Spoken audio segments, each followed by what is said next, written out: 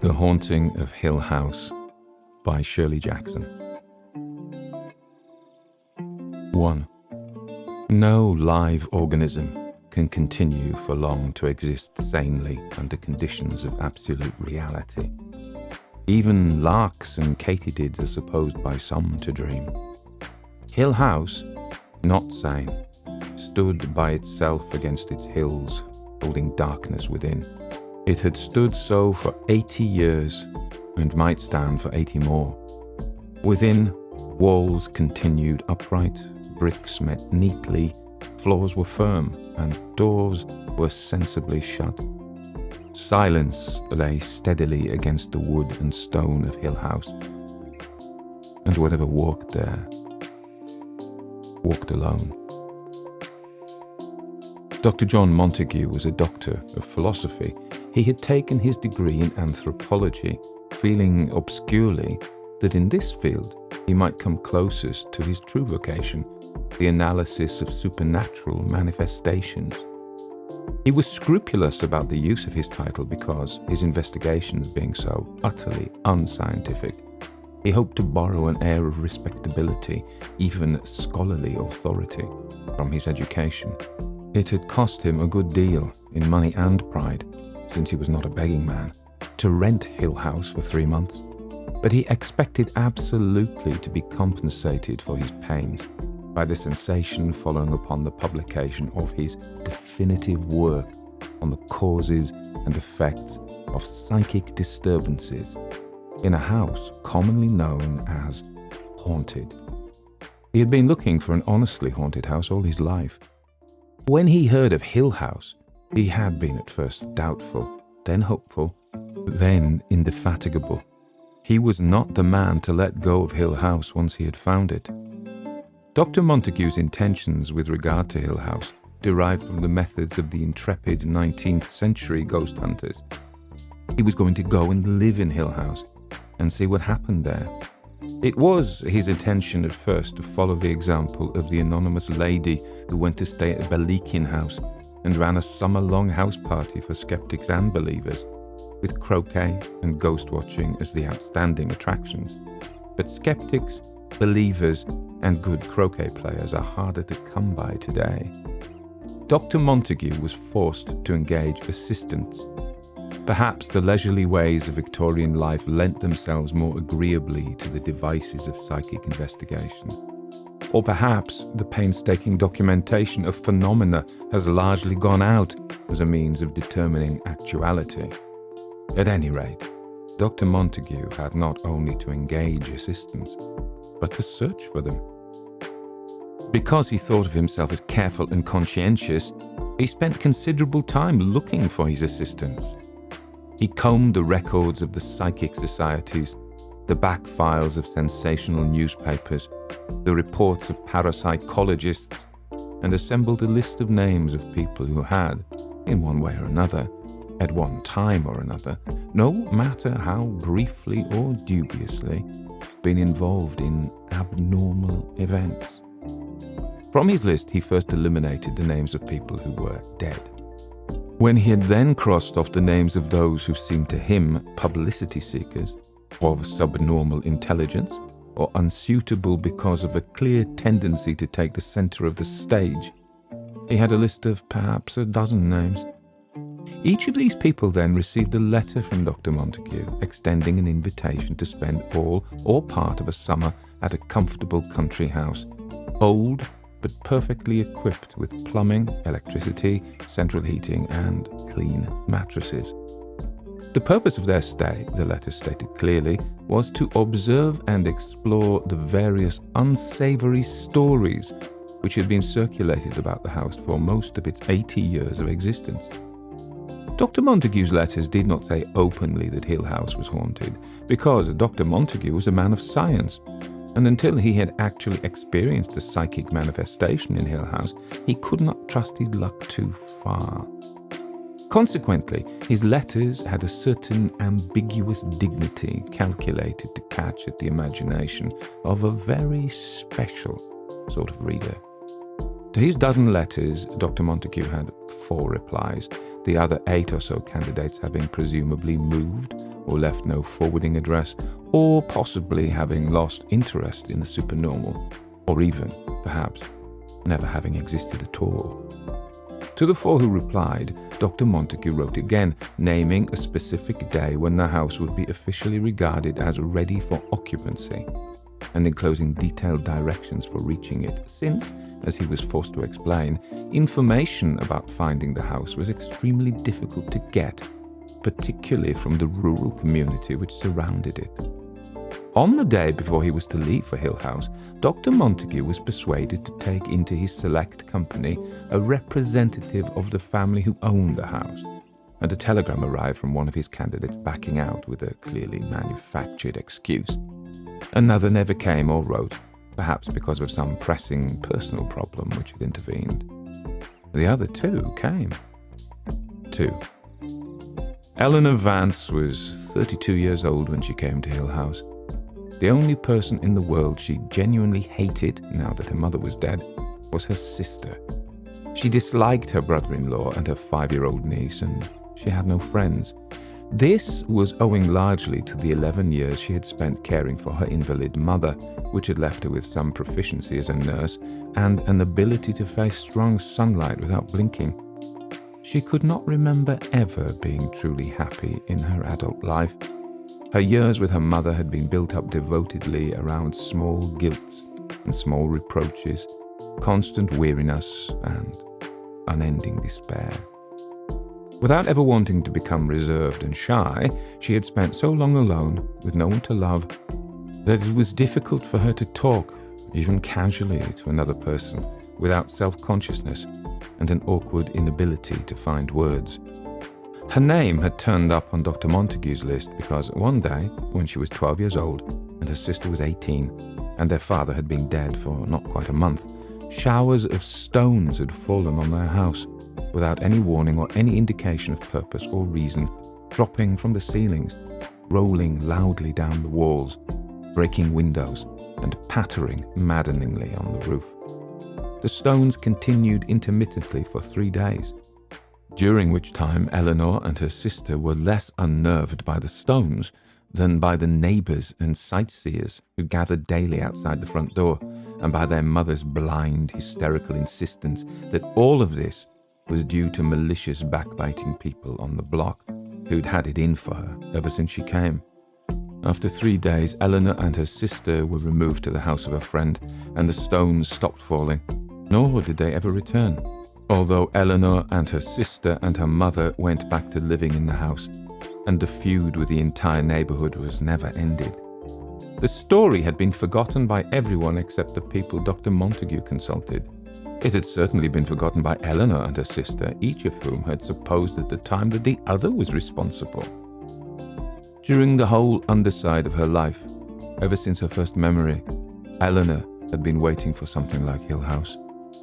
Caring for her mother, lifting a cross old lady from her chair to her bed, setting out endless little trays of soup and oatmeal, steeling herself to the filthy laundry, Eleanor had held fast to the belief that someday something would happen.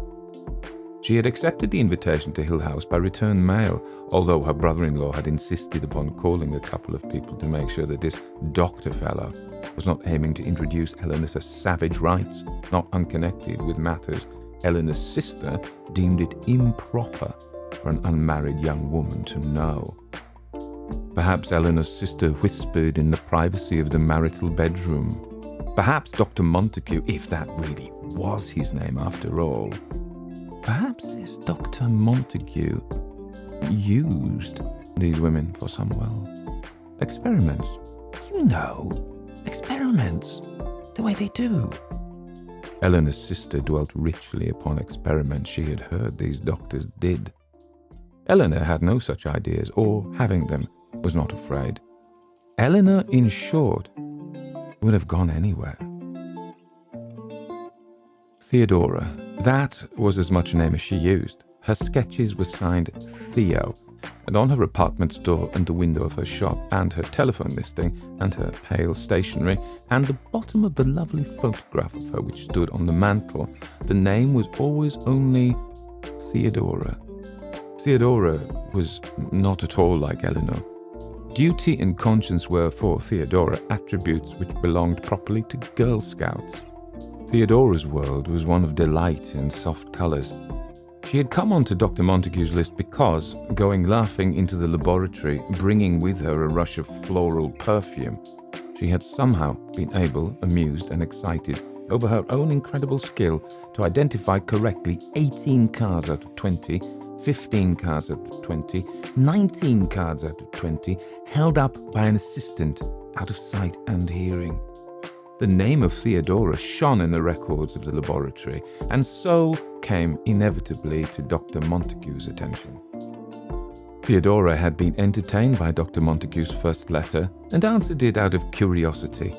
Perhaps the wakened knowledge in Theodora, which told her the names of symbols on cards held out of sight, urged her on her way towards Hill House, and yet fully intended to decline the invitation.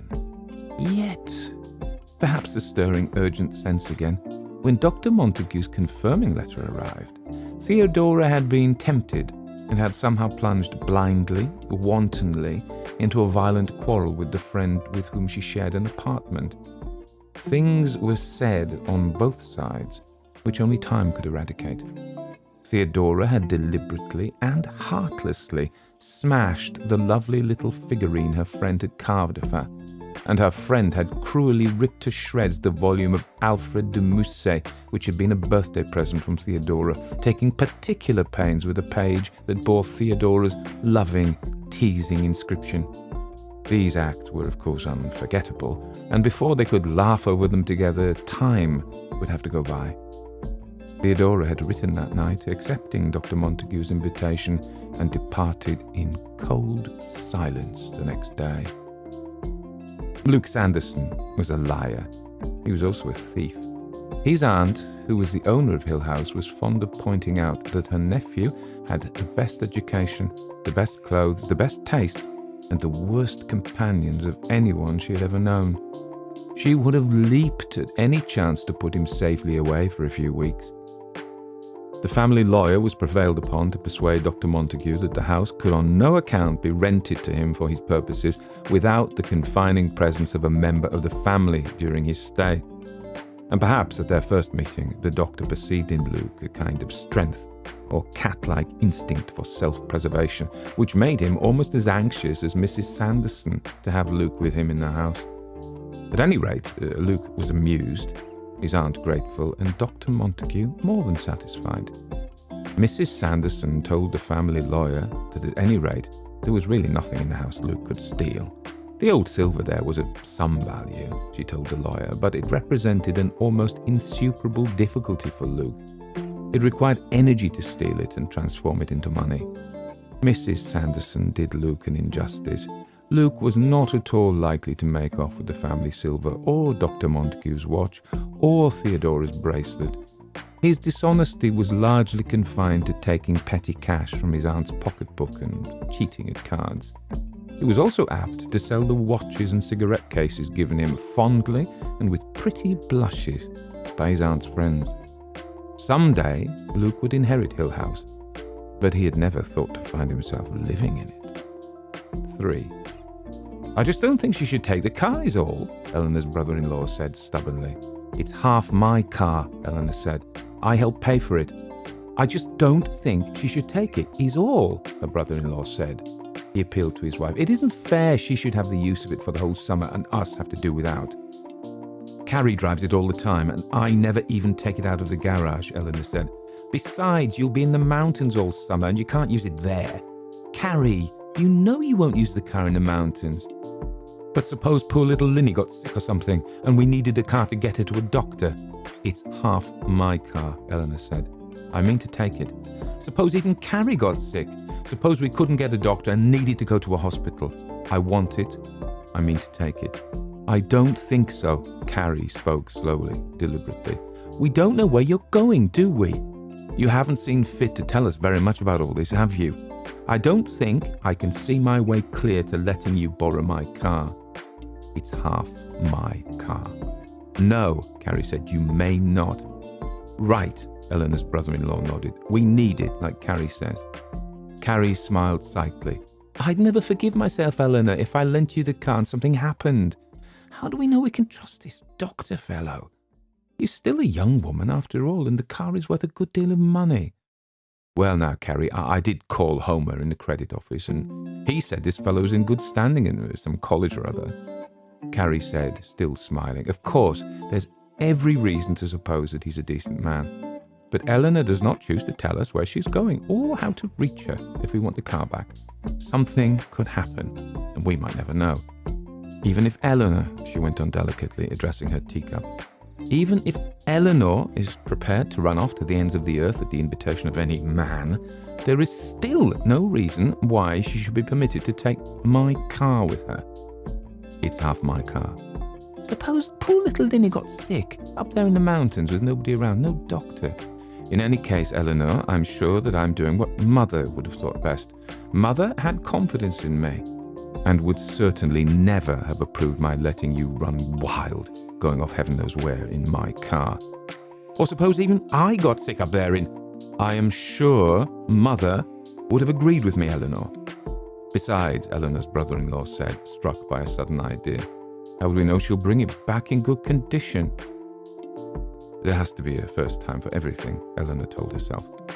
She got out of the taxi very early in the morning, trembling, because by now, perhaps her sister and her brother-in-law might be stirring with the first faint proddings of suspicion. She took her suitcase quickly out of the taxi while the driver lifted out the cardboard carton which had been on the front seat. Eleanor overtipped him, wondering if her sister and brother-in-law were following, were perhaps even now turning into the street and telling each other, "There she is, just as we thought, the thief, there she is." She turned in haste to go into the huge city garage where their car was kept, glancing nervously toward the ends of the street. She crashed into a very little lady sending packages in all directions, and saw with dismay a bag upset and break on the sidewalk, spilling out a broken piece of cheesecake, tomato slices and hard roll. "Damn you! Damn you!" the little lady screamed, her face pushed up close to Eleanor's. "I was taking it home! Damn you! Damn you!" I'm so sorry, Eleanor said. She bent down, but it did not seem possible to scoop up the fragments of tomato and cheesecake and shove them somehow back into the broken bag. The old lady was scowling down and snatching up her other packages before Eleanor could reach them, and at last Eleanor rose, smiling in convulsive apology. "I'm really so sorry," she said. "Damn you," the little old lady said, but more quietly. "I was taking it home for my little lunch, and now, thanks to you, perhaps I could pay." Eleanor took hold of her pocketbook, and the little lady stood very still and thought. "I couldn't take money just like that," she said at last. "I didn't buy the things, you see. They were left over." She snapped her lips angrily. "You should have seen the ham they had," she said, "but someone else got that. And the little candies and the little paper dishes. Oh, it's too late on everything. And now..." She and Eleanor both glanced down at the mess on the sidewalk. And the little lady said, "So, you see, I couldn't just take money, not money, just from your hand, not for something that was left over. May I buy you something to replace this then? I'm in a terrible hurry, but if we could find some place that's open." The little old lady smiled wickedly. "I still got this, anyway," she said, and she hugged one package tight. "You may pay my taxi fare home," she said. "Then no one else will be likely to knock me down." "Gladly," Eleanor said, and turned to the taxi driver who had been waiting, interested. "Can you take this lady home?" she asked. "A couple of dollars will do it," the little lady said, "not including the tip for this gentleman, of course. Being as small as I am," she explained daintily, "it's quite a hazard. Quite a hazard indeed, people knocking you down. Still, it's a genuine pleasure to find one as willing as you to make up for it. Sometimes the people who knock you down never turn once to look." With Eleanor's help, she climbed into the taxi with her packages, and Eleanor took $2.50 piece from her pocketbook and handed them to the little lady, who clutched them tight in her tiny hand. "All right, sweetheart," the taxi driver said. Where do we go?" The little lady chuckled. "I'll tell you after we start," she said, and then to Eleanor, "Good luck to you, dearie. Watch out from now on how you go knocking people down." "Goodbye," Eleanor said. I'm really very sorry." "That's fine then," the little lady said, waving at her as the taxi pulled away from the curb. "I'll be praying for you, dearie." Well, Eleanor thought, staring after the taxi, there's one person anyway who'll be praying for me. One person. Anyway. 4. It was the first genuinely shining day of summer, a time of year which brought Eleanor always to aching memories of her early childhood, when it had seemed to be summer all the time. She couldn't remember a winter before her father's death, or a cold, wet day. She had taken to wondering lately, during these swift-counted years, what had been done with all those wasted summer days. How could she have spent them so wantonly? "I am foolish," she told herself early every summer. "I am very foolish. I am grown up now and know the values of things. Nothing is ever really wasted," she believed sensibly, even one's childhood. And then, each year, one summer morning, the warm wind would come down the city street where she walked, and she would be touched with the little cold thought, "I've let more time go by."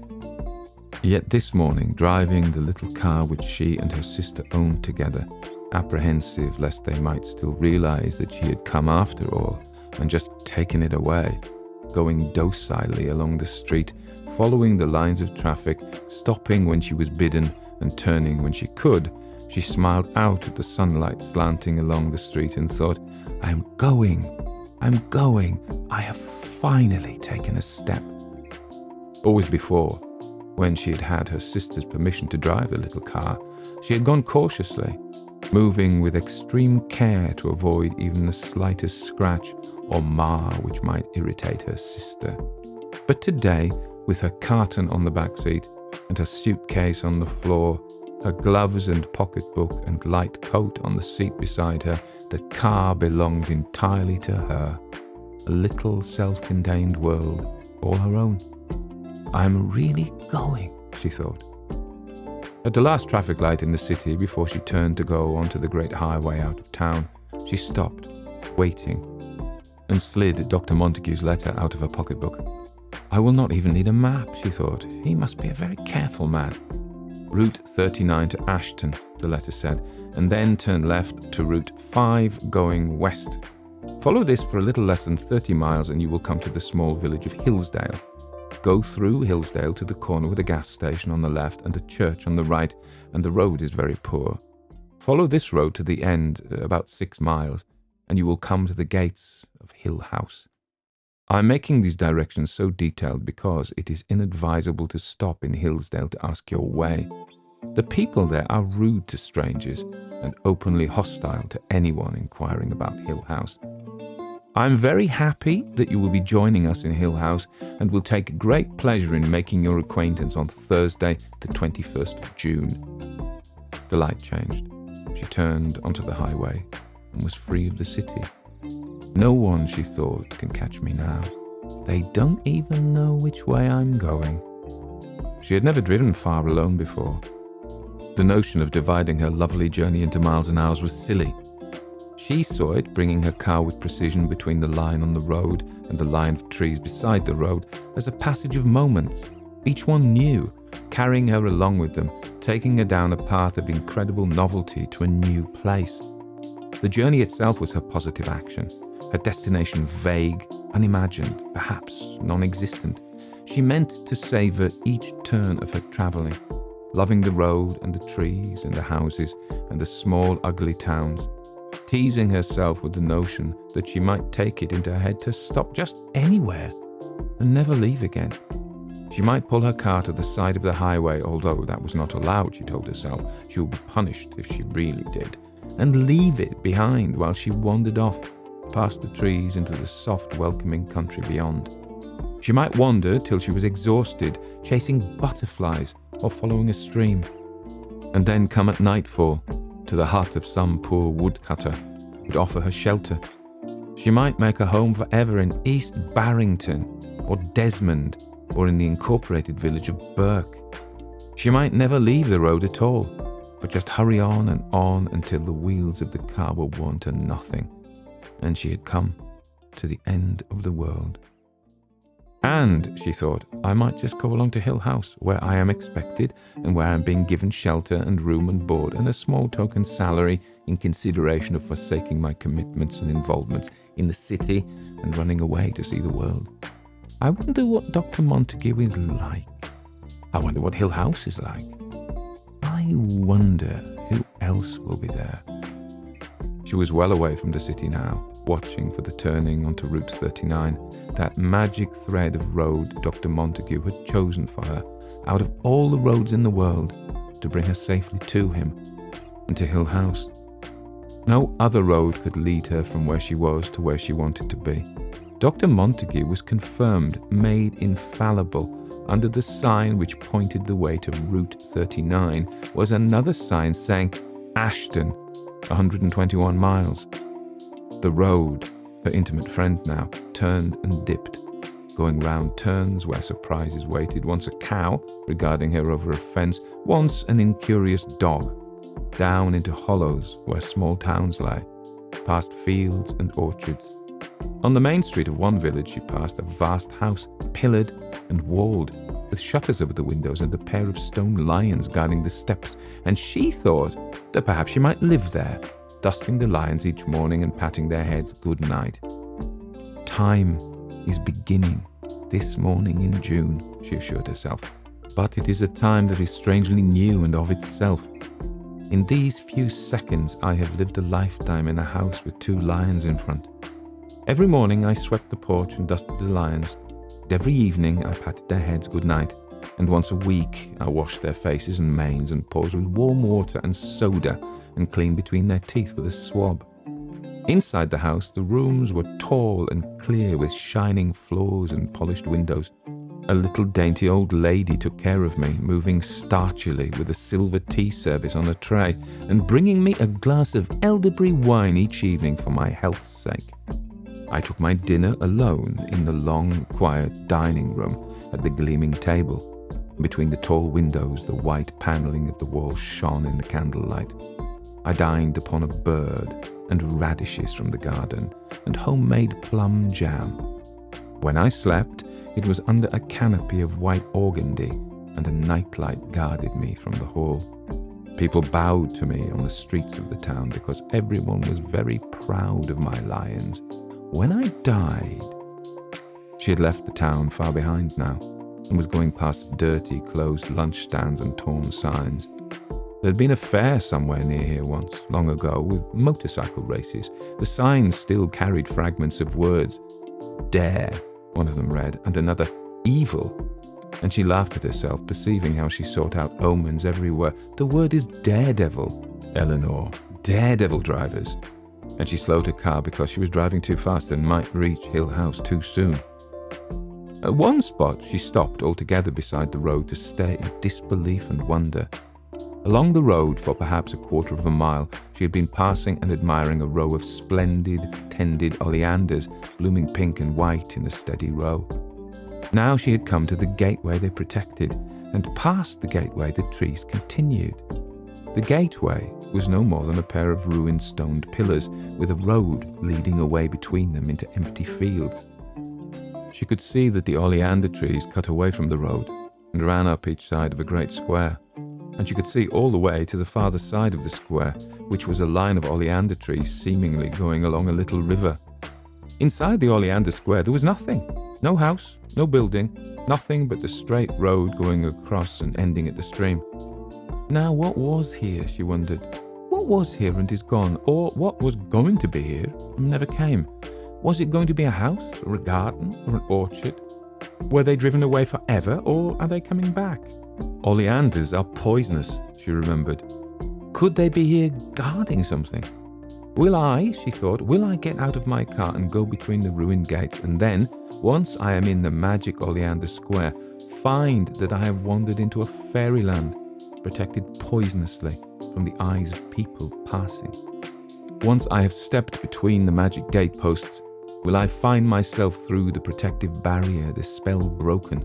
I will go into a sweet garden with fountains, and low benches and roses trained over arbours, and find one path, jewelled perhaps with rubies and emeralds, soft enough for a king's daughter to walk upon with her little sandalled feet, and it will lead me directly to the palace which lies under a spell. I will walk up low stone steps past stone lions guarding, and into a courtyard where a fountain plays, and the queen waits, weeping, for the princess to return. She will drop her embroidery when she sees me and cry out to the palace servants, stirring at last after their long sleep, to prepare a great feast, because the enchantment is ended and the palace is itself again, and we shall live happily ever after. No, of course, she thought, turning to start her car again. Once the palace becomes visible and the spell is broken, the whole spell will be broken, and all this countryside outside the oleanders will return to its proper form, fading away, towns and signs and cows, into a soft green picture from a fairy tale. Then coming down from the hills there will be a prince riding, bright in green and silver, with 100 bowmen riding behind him, pennants stirring, horses tossing, jewels flashing. She laughed and turned to smile goodbye at the magic oleanders. Another day, she told them, another day I'll come back and break your spell. She stopped for lunch after she had driven 100 miles and a mile. She found a country restaurant which advertised itself as an old mill, and found herself seated incredibly upon a balcony above a dashing stream, looking down upon wet rocks and the intoxicating sparkle of moving water, with a cut glass bowl of cottage cheese on the table before her and corn sticks in a napkin. Because this was a time and a land where enchantments were swiftly made and broken, she wanted to linger over her lunch, knowing that Hill House always waited for her at the end of her day. The only other people in the dining room were a family party, a mother and father with a small boy and girl, and they talked to one another softly and gently, and once the little girl turned and regarded Eleanor with a frank curiosity, and after a minute smiled. The lights from the stream below touched the ceiling and the polished tables and glanced along the little girl's curls, and the little girl's mother said, "She wants her cup of stars." Eleanor looked up surprised. The little girl was sliding back into her chair, sullenly refusing her milk, while her father frowned and her brother giggled, and her mother said calmly, "She wants her cup of stars." Indeed, yes, Eleanor thought. Indeed, so do I. A cup of stars. Of course. A little cup, the mother was explaining, smiling apologetically at the waitress, who was thunderstruck at the thought that the mill's good country milk was not rich enough for the little girl. "It has stars at the bottom, and she always drinks her milk from it at home. She calls it her cup of stars because she can see the stars while she drinks her milk." The waitress nodded, unconvinced, and the mother told the little girl, "You'll have your milk from your cup of stars tonight when we get home. But just for now, just to be a very good little girl, will you take a little milk from this glass?" "Don't do it," Eleanor told the little girl. "Insist on your cup of stars. Once they've trapped you into being like everyone else, you'll never see your cup of stars again. Don't do it." And the little girl glanced at her and smiled a little subtle, dimpling, wholly comprehending smile, and shook her head stubbornly at the glass. Brave girl, Eleanor thought. Wise, brave girl. "You're spoiling her," the father said. "She ought not to be allowed these whims." "Just this once," the mother said. She put down the glass of milk and touched the little girl gently on the hand. "Eat your ice cream," she said.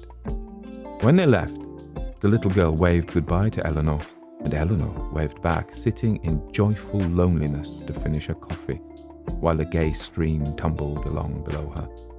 "I have not very much farther to go," Eleanor thought. "I'm more than halfway there." Journey's end, she thought, and far back in her mind, sparkling like the little stream, a tag end of a tune danced through her head, bringing distantly a word or so. "In delay there lies no plenty," she thought. "In delay there lies no plenty." She nearly stopped forever just outside Ashton, because she came to a tiny cottage buried in the garden. I could live there all alone, she thought, slowing the car to look down the winding garden path to the small blue front door with perfectly, a white cat on the step. No one would ever find me there either, behind all those roses. And just to make sure, I would plant oleanders by the road. I will light a fire in the cool evenings and toast apples at my own hearth. I will raise white cats and sew white curtains for the windows, and sometimes come out of my door to go to the store to buy cinnamon and tea and thread. People will come to me to have their fortunes told, and I will brew love potions for sad maidens. I will have a robin. But the cottage was far behind, and it was time to look for her new road, so carefully charted by Dr. Montague. Turn left on Route 5 going west, his letter said, and as efficiently and promptly as though he had been guiding her from some spot far away, moving her car with controls in his hands, it was done. She was on Route 5 going west, and her journey was nearly done. In spite of what he said, though, she thought, I will stop in Hillsdale for a minute, just for a cup of coffee, because I cannot bear to have my long trip end so soon. It was not really disobeying anyway. The letter said it was inadvisable to stop in Hillsdale to ask the way, not forbidden to stop for coffee. And perhaps if I don't mention Hill House, I will not be doing wrong. Anyway, she thought obscurely, it's my last chance. Hilldale was upon her before she knew it, a tangled, disorderly mess of dirty houses and crooked streets. It was small. Once she had come onto the main street, she could see the corner at the end with the gas station and the church.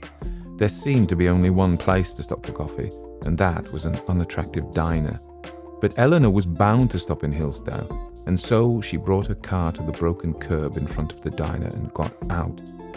After a minute's thought, with a silent nod to Hillsdale, she locked the car, mindful of her suitcase on the floor and the carton on the back seat.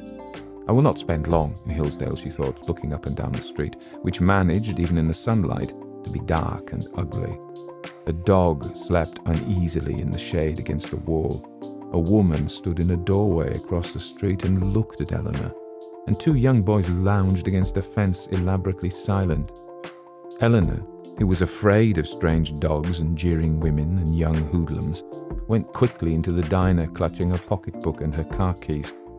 Inside, she found a counter with a chinless, tired girl behind it, and a man sitting at the end eating.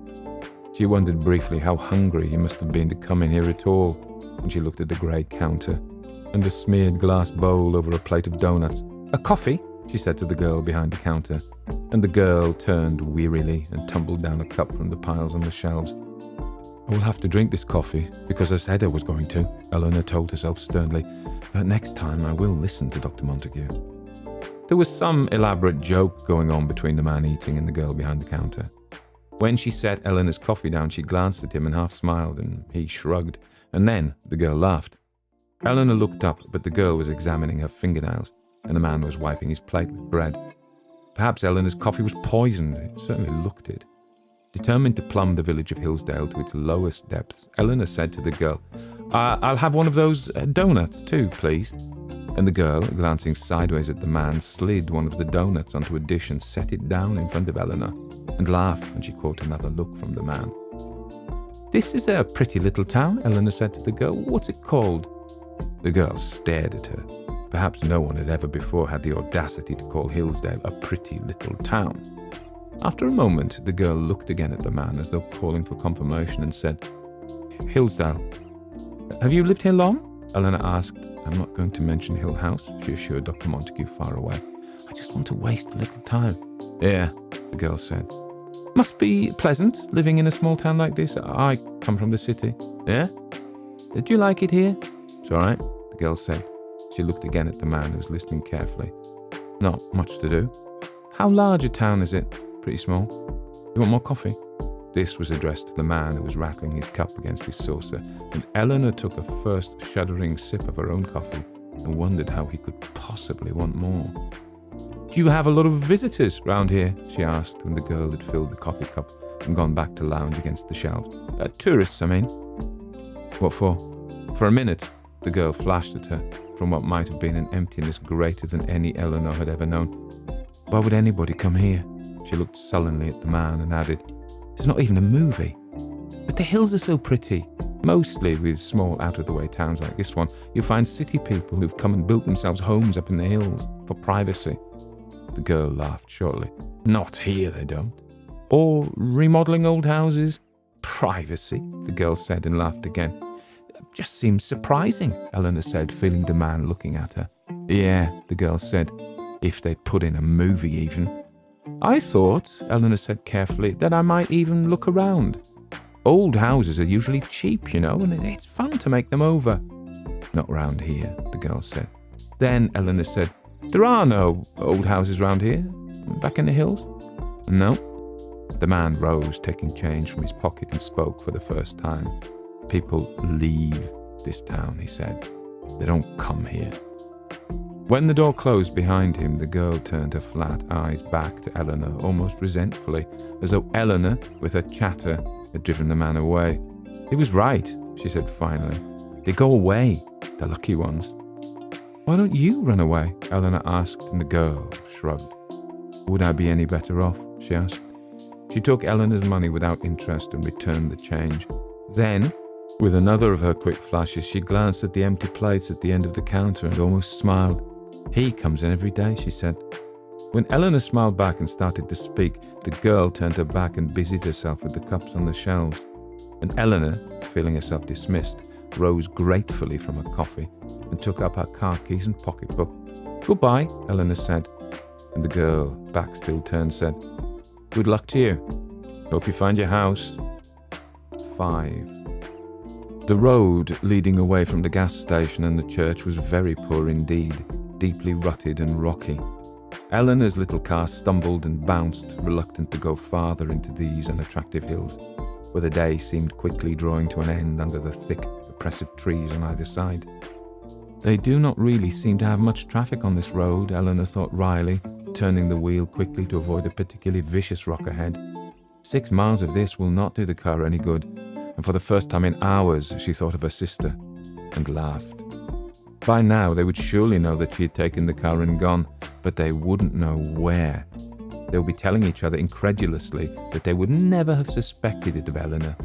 I would never have suspected it of myself, she thought, laughing still. Everything is different. I'm a new person, very far from home. In delay there lies no plenty. Present mirth hath present laughter. And she gasped as the car cracked against the rock and reeled back across the road with an ominous scraping somewhere beneath, but then gathered itself together valiantly and resumed its dogged climb. The tree branches brushed against the windshield and it grew steadily darker. Hill House likes to make an entrance, she thought. I wonder if the sun ever shines along here. At last, with one final effort, the car cleared a tangle of dead leaves and small branches across the road and came into a clearing by the gate of Hill House. Why am I here? She thought helplessly, and at once, why am I here?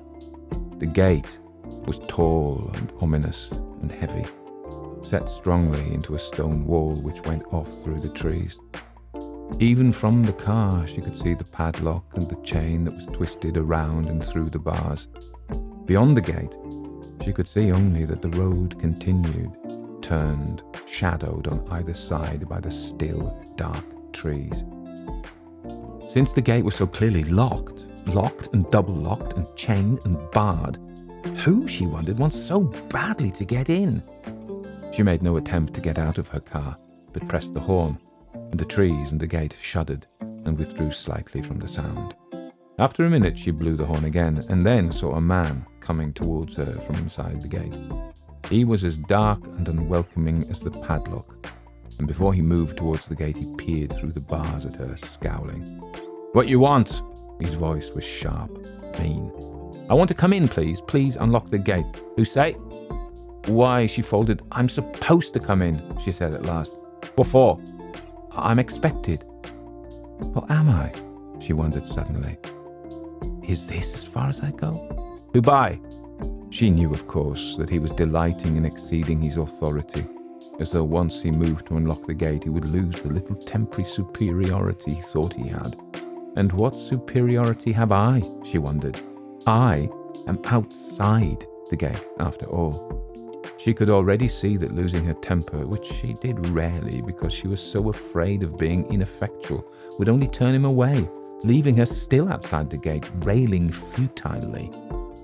She could even anticipate his innocence if he were reproved later for this arrogance. The maliciously vacant grin, the wide blank eyes, the whining voice protesting that he would have let her in, he planned to let her in, but how could he be sure? He had his orders, didn't he? And he had to do what he was told. He'd be the one to get into trouble, wouldn't he, if he let in someone who wasn't supposed to be inside? She could anticipate his shrug and, picturing him, laughed.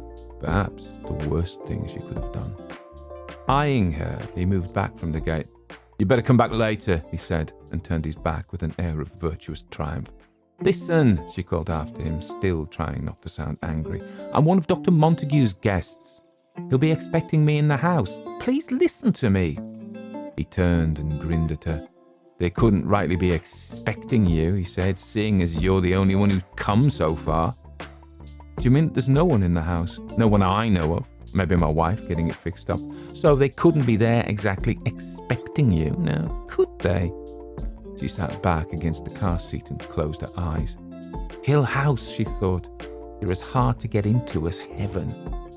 I suppose you know what you're asking for coming here. I suppose they told you back in the city. You hear anything about this place?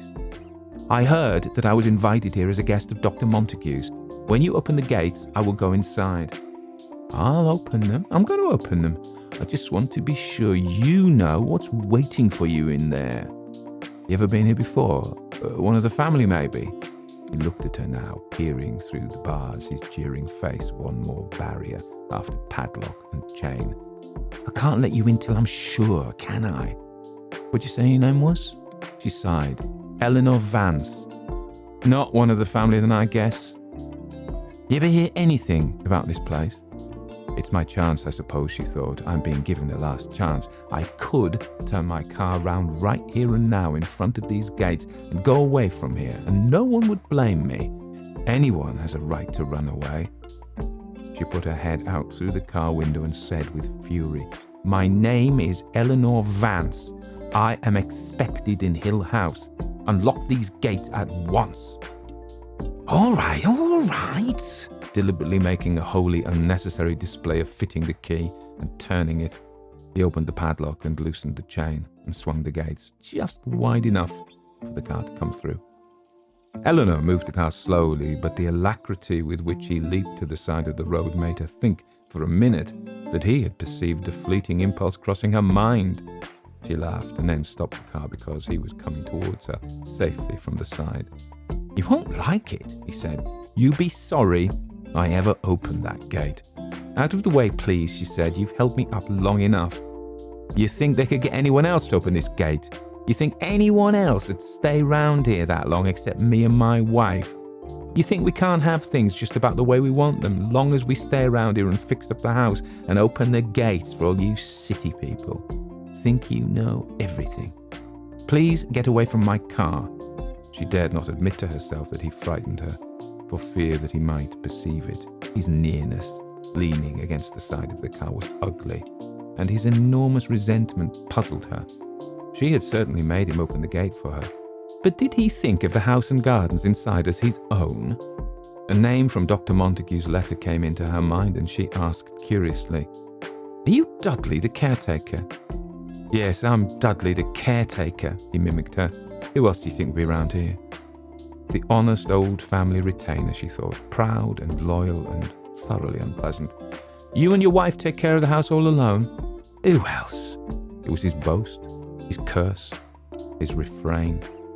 She moved restlessly, afraid to draw away from him too obviously, and yet wanting, with small motions of starting the car, to make him stand aside. I'm sure you'll be able to make us very comfortable, you and your wife, she said, putting a tone of finality into her voice. Meanwhile, I'm very anxious to get to the house as soon as possible. He snickered disagreeably. Me now, he said. Me? I don't hang around here after dark. Grinning, satisfied with himself, he stood away from the car, and Eleanor was grateful, although awkward, starting the car under his eye. Perhaps he'll keep popping out at me all along the drive, she thought, a sneering Cheshire cat, yelling each time that I should be happy to find anyone willing to hang around this place. Until dark, anyway.